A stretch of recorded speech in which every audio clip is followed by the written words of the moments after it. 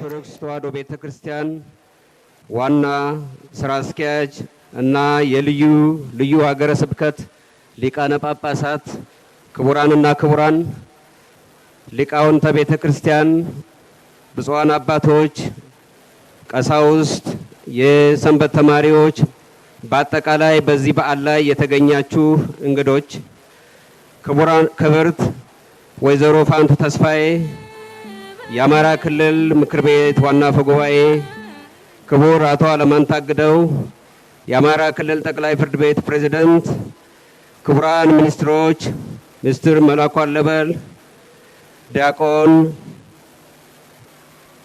ዳንኤል ክብረት፣ ክቡራን በዚህ መድረክ የታደማችሁ የውጭ ሀገር አምባሳደሮች እና በአጠቃላይ የታሪካዊ ጎንደር ነዋሪዎች፣ ክቡራንና ክቡራት፣ ከሁሉ አስቀድሜ በዚህ የጥምቀት በዓል ላይ ተገኝቼ ከናንተ ከክቡራን እንግዶችና ከሰፊ የጎንደርና አካባቢ ነዋሪ ጋር በመሆን በልዩ ስርዓተ ጥምቀት በዚህ በመታደም በመቻሌ የተሰማኝን ልባዊ ደስታ በጌታችን ኢየሱስ ክርስቶስ እና በፈጣሪያችን ስም ከፍ ያለ ደስታ ተሰምኝቶኛል። በጣም አመሰግናለሁኝ። በዓሉ እንደሚታወቀው ከሃይማኖታዊና ባህላዊ ይዘቱ በተጨማሪ እጅግ ዘርፈ ብዙ ፋይዳ ያለው መሆኑን እንገነዘባለን።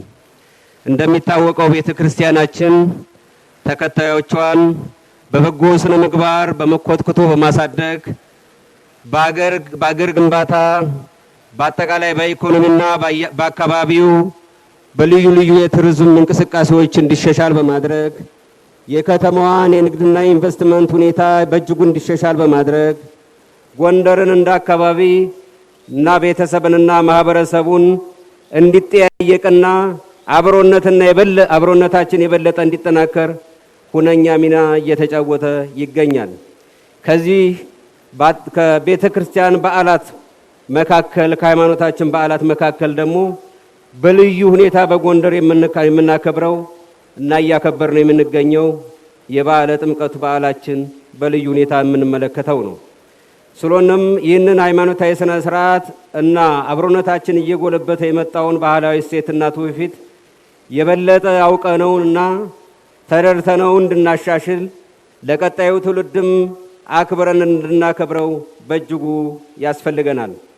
ለምን ቢባል በአንድ በኩል ከላይ የተጠቀሱት ማህበራዊና ኢኮኖሚያዊ ፋይዳዎችን ያስገኝልናል።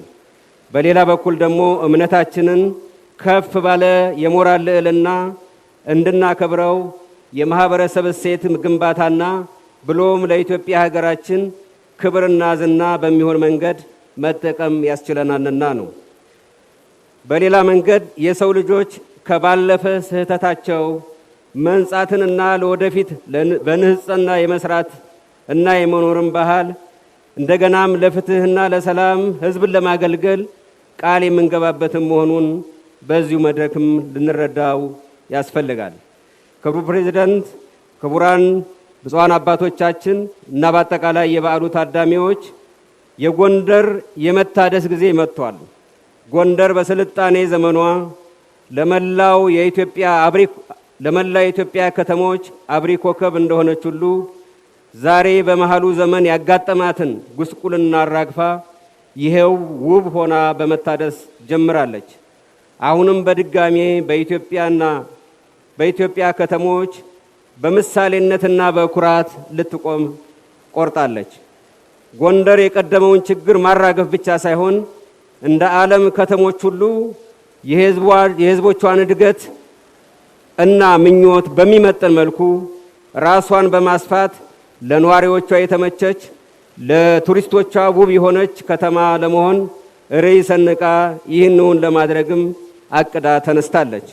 ምክንያቱ ደግሞ የጎንደር ነዋሪ ህዝብና የጎንደር ወዳጆች ለጎንደር ልማት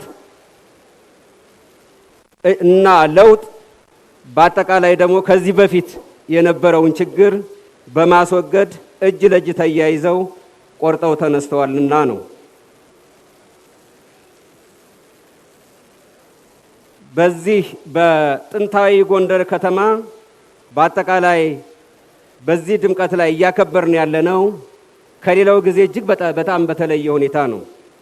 ጎንደር በመሰረተ ልማት በተለይም በኮሪደር ልማት እንደገና ደምቃና ፈክታ እንዲሁም የበለጠ ለመድመቅ ደግሞ አካባቢዋን በማልማት ላይ ትገኛለች።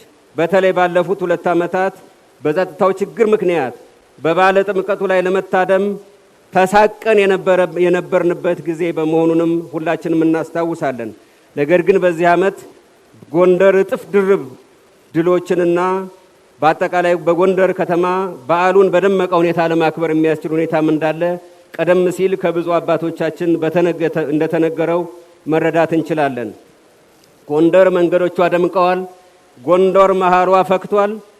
እንደዚሁም ደግሞ ይሄ መፍካት እና መድመቅ በአጠቃላይ በዓለ ድምቀቱን በከበረ ሁኔታ እንድናከብረው አስችሎናል። ስለሆነም የጎንደር የዛሬ ብቻ ሳይሆን የወደፊትም ተስፋ ትልቅ መሆኑን እንገነዘባለን። በተለይም ደግሞ ጎንደር ከተማዋን ውስጧን ብቻ ሳይሆን በአጠቃላይ የከተማዋን ሕዝብና ኗሪ በሚመጥን መልኩ ወደ ግራና ቀኝ በምስራቅም በምዕራብም መስፋት ይጠበቅባታል።